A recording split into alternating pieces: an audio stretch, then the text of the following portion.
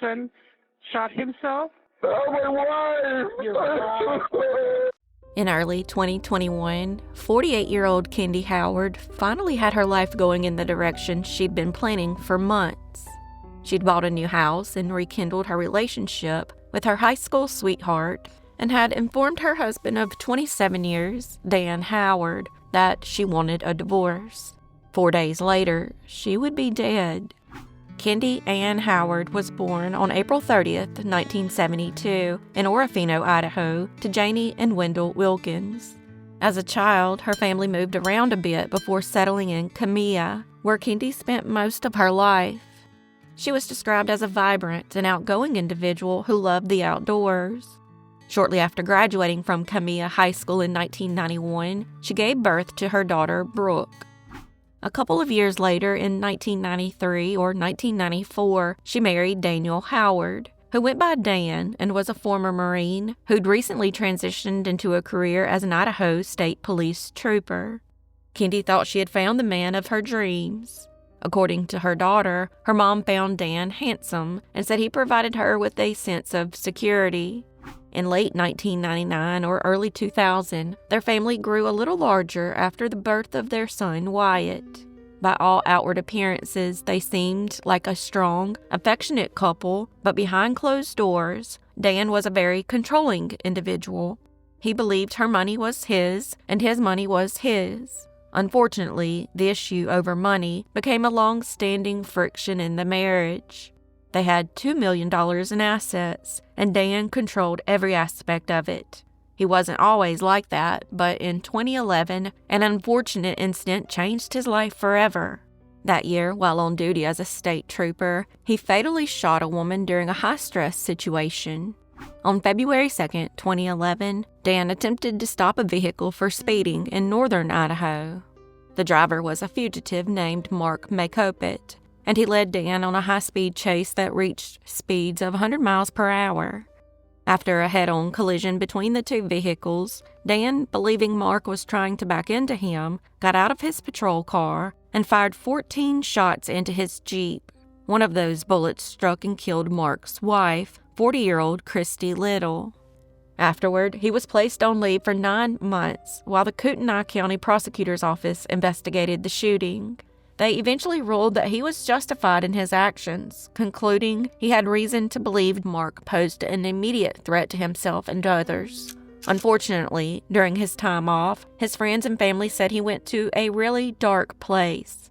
He reportedly felt that the Idaho State Police never fully absolved him of wrongdoing, despite the justified ruling. He was diagnosed with post-traumatic stress disorder, and his family said he was falling apart and had basically hit rock bottom. The change in him also hit his marriage hard and left Kendy feeling frustrated and alone. It got to the point where she'd told her daughter Brooke and friends that there was just no love left. However, Brooke said that even before the shooting that he was involved in, he treated her mother like a possession and said that the household was always governed by his strict rules. She said he enjoyed being seen as the alpha of the family, and after the shooting, his controlling nature only escalated, as did his greediness. He no longer wanted to spend money on anything, and was very keen on keeping his $2 million in assets he had amassed through real estate and savings intact. In 2012, Kendy began having an affair with Matthew Wood, a neighbor and close friend of Dan's. When Dan discovered it in 2013, he didn't file for divorce and instead terrorized Matthew by stalking him while on duty as an officer. He was following the former friend in his patrol car and even confronted him at his workplace. He also stole the neighbor's guns from his home, stole mail from his mailbox, and was even accused of pointing a rifle at him. On top of that, he poured syrup in the man's vehicle, sprayed graffiti on his home, and then shot the roof with a shotgun. Dan was then arrested and ultimately charged with first-degree stalking, aggravated assault, and malicious injury to property, and was forced to resign from the Idaho State Police. Despite this, Kendy and Dan eventually reconciled. In 2015, he was sentenced to 120 days in jail, a 3-year suspended prison sentence, and 600 hours of community service. A year earlier, after resigning from his state trooper job, Kendy's brother, Brian Wilkins, helped him secure a job working in the Alaskan oil fields. The job had a rotating schedule, 3 weeks in Alaska and 3 weeks at home in Idaho. Unfortunately, Dan's mental health issues only worsened, and so did his grip on all their money. The physical abuse had also escalated, and by 2020, Kendy was ready to move on from the marriage and had rekindled her relationship with her high school sweetheart, Dan Prado. That's when she decided she wanted a new life and began making plans to divorce Dan. By 2021, she and Prado were actively planning a life together and were in the process of purchasing a home in their hometown of Kamyaya. All she had to do now was tell Dan she wanted a divorce. But she was scared to death of him, especially after he physically assaulted her 7 months earlier, leaving her with visible bruises. That incident stemmed from the fact that she wasn't allowed to spend money and had secretly obtained more than one credit card, and Dan had discovered the bills, which is what led to the argument that ended with her beaten and battered. Then, on the night of January 28, 2021, she finally told Dan she wanted a divorce, and it went about as well as you could expect, with her friends describing his reaction as, and I quote, "not good." Dan had just returned from working in the Alaskan oil fields, and Kendy had picked him up from the airport. Upon telling him she wanted a divorce, his mental health quickly took a turn for the worse. Around midnight, her boyfriend received a call from Kendy. While she didn't speak, he could hear a struggle over the phone. Dan eventually left her alone, and Kendy went off to bed, but was startled awake by Dan standing over her, wearing black clothes and black gloves, and holding a pillow in his hands. Terrified, she called her mother, who requested police perform a welfare check. Here is some of the footage from when officers arrived at the house that night. Sheriff's office. You mind if we talk to you guys really quick? Sounds fine to me. All right. And so I can go? Yeah, do you mind if I follow you? It's kind of worse. You just tell me what I can't do. Okay. I can't say what he was going to do. Did it ever become physical? I think I woke up in time, so it wouldn't. Okay. When you woke up, where was he? In the room.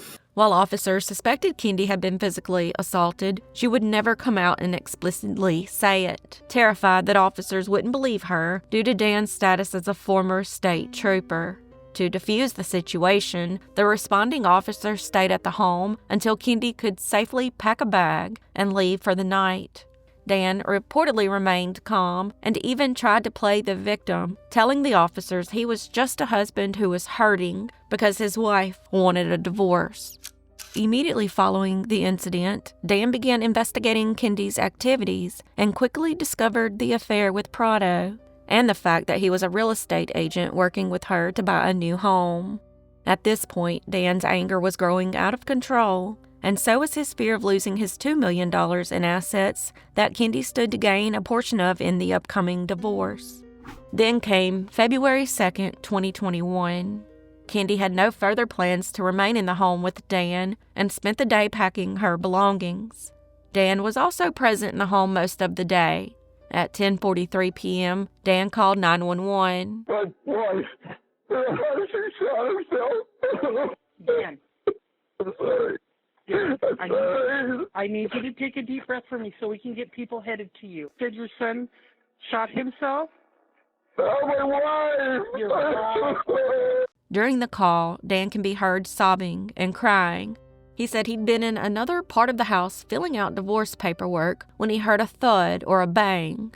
He said he continued watching TV and filling out the paperwork for nearly 2 hours before he decided to go upstairs and investigate the noise.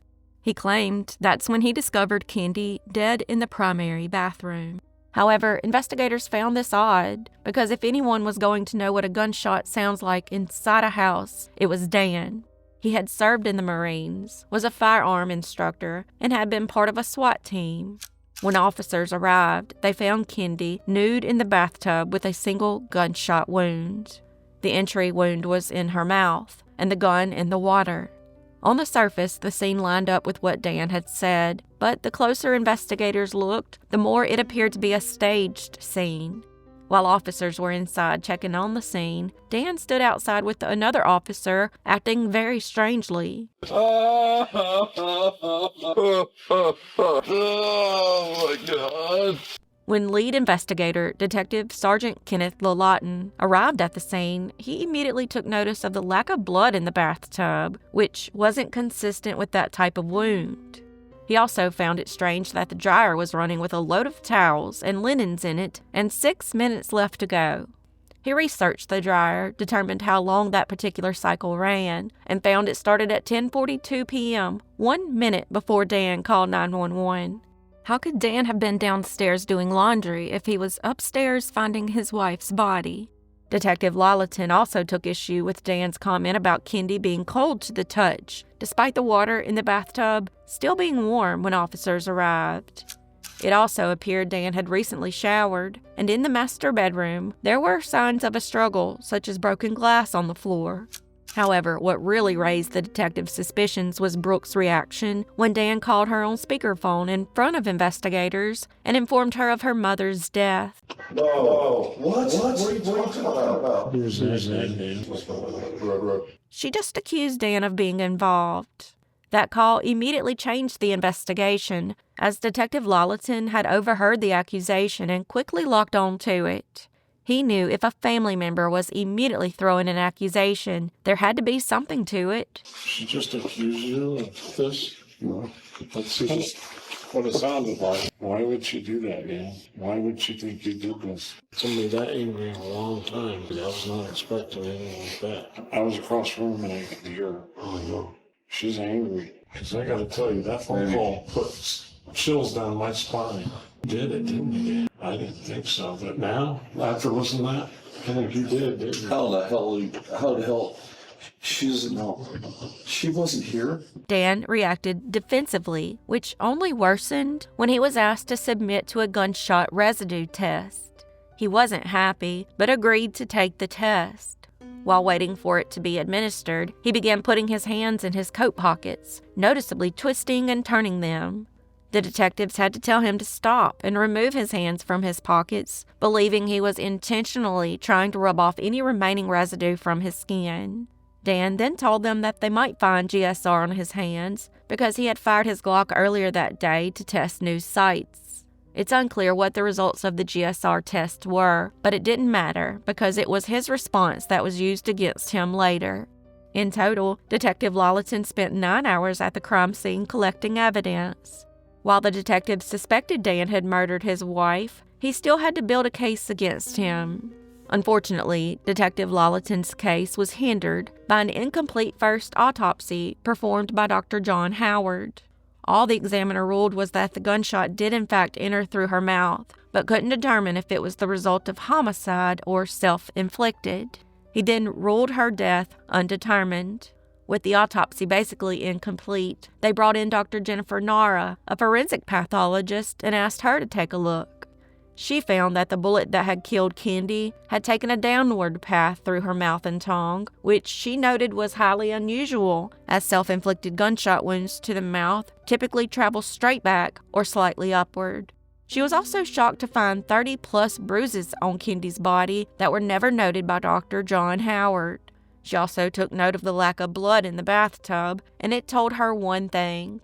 Kendy was already dead when she was shot. Dr. Nara concluded based on the extensive bruises and evidence of asphyxiation that Kendy was strangled to death during a violent struggle and then placed in the bathtub afterward, and the gunshot was done post-mortem. It was damning information, but detectives needed to be sure, so they consulted Dr. Bill Smock, a strangulation specialist who confirmed Dr. Nara's findings. Dr. Smock later testified that Kendy's injuries on her neck showed signs of a carotid restraint, which Dan would have learned in training as a state trooper.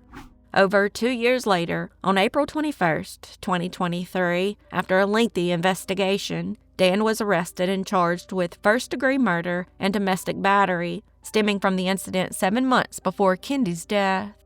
In December of that year, Dan was released on a property bond while awaiting trial, which required him to wear an ankle monitor and stay at least 2 miles away from any and all airports. His trial started in March of 2024, and during the second week, he was arrested at the Spokane International Airport. Prosecutors allege he was attempting to flee the country after seeing all the damning evidence against him.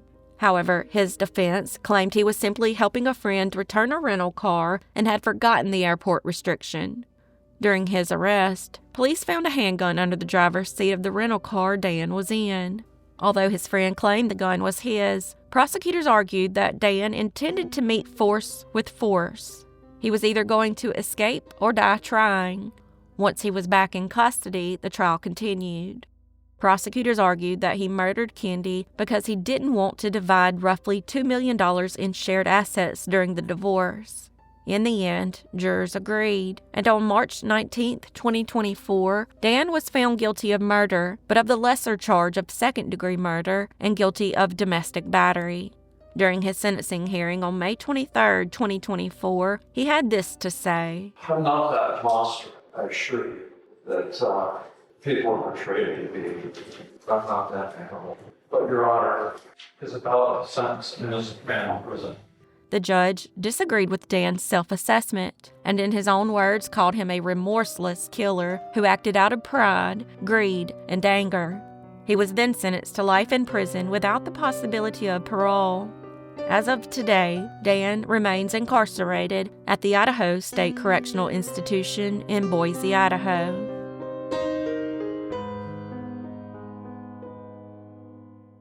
Around 2 a.m. on August 12, 2022, security cameras inside a St. Louis apartment building captured a man wheeling a dolly through the apartment lobby. Nothing inherently unusual about this, except for the fact that underneath the blanket lay the body of Carol Jenkins, who'd been murdered mere hours before. The man pushing the cart, that was Carol's ex-boyfriend and neighbor, 72-year-old David Leonard Harvey, who had a long pattern of obsessive harassment and domestic stalking that eventually turned deadly. Carolyn Jenkins was born on March 6, 1959, and was described as a vibrant and joyful individual who was known for being the life of the party. She also loved to dance and was deeply devoted to her children. At 63, she lived in the Metropolitan Village Apartments in the Jeff Vanderloo neighborhood of St. Louis, Missouri. She lived on the same floor as her neighbor and ex-boyfriend, David Leonard Harvey. Carolyn had broken up with Harvey in June of 2022, but the exact reasons are not publicly known. However, his actions following the breakup might give us some insight.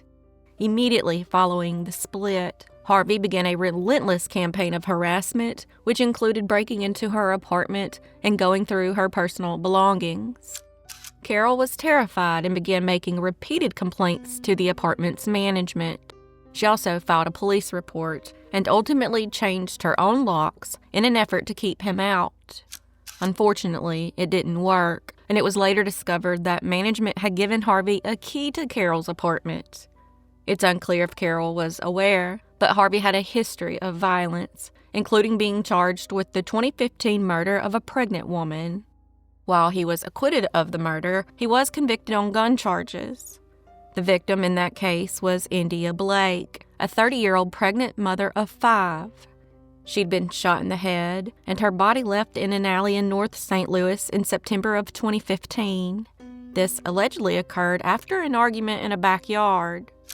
When police located Harvey, he had a revolver on him, but forensic testing showed it didn't match the bullet that killed India. This led to his defense team arguing that a friend of India's who was present during the shooting was actually the one who accidentally shot and killed her. There was also a lack of witness testimony, which also contributed to his being found not guilty of the murder charge. Even though he wasn't convicted of murder, he was definitely capable of it, as we will soon see. As Carol arrived on August 11, 2022, Harvey was waiting and ambushed her as she opened her door, rushing in behind her. After the door closed, Carol was never seen alive again. Her family, meanwhile, had been trying to get in touch with her all day, and by that evening, they called the police and asked them to do a welfare check. When officers arrived, they found Carol's apartment in disarray with a small pool of blood on the floor. However, Carol was not there and was officially listed as a missing person.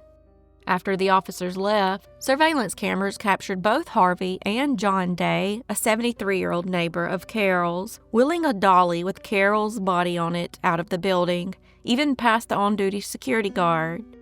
It's unclear where her body was and how officers missed it earlier that day. The family would later file a lawsuit against the apartment complex because the building was never put on high alert, which allowed her body to be easily wheeled out. Plus, the security guards saw what they were doing and never said a word. Then it took 6 days for the surveillance footage to be reviewed. On top of all that, John Day, who helped Harvey, actually worked for the apartment complex and had an all-access status. This is most likely what caused the guard to lower his suspicion, despite the fact that Carol had just been reported missing hours earlier from the same floor the men came down from. 5 days later, on August 17th, Carol's body was discovered in a wooded area near the apartment complex, under a pile of trash. An autopsy showed that she had been stabbed 7 times. The following day, Harvey was arrested and charged with first-degree murder, burglary, abandonment of a corpse, and tampering with physical evidence. His trial was set for March 2024, but before it could take place, he took a plea deal that bumped the first-degree murder charge down to second degree, but it didn't affect the other charges. On August 8, 2024, Harvey was sentenced to 20 years in prison. John Day admitted to the police that he willingly helped Harvey, but could never provide a reason why. He was charged with abandonment of a corpse and tampering with evidence. He also pleaded guilty and received a 2-year suspended sentence.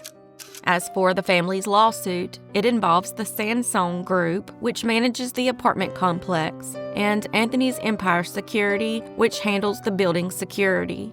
As of March 2026, the lawsuit is still ongoing.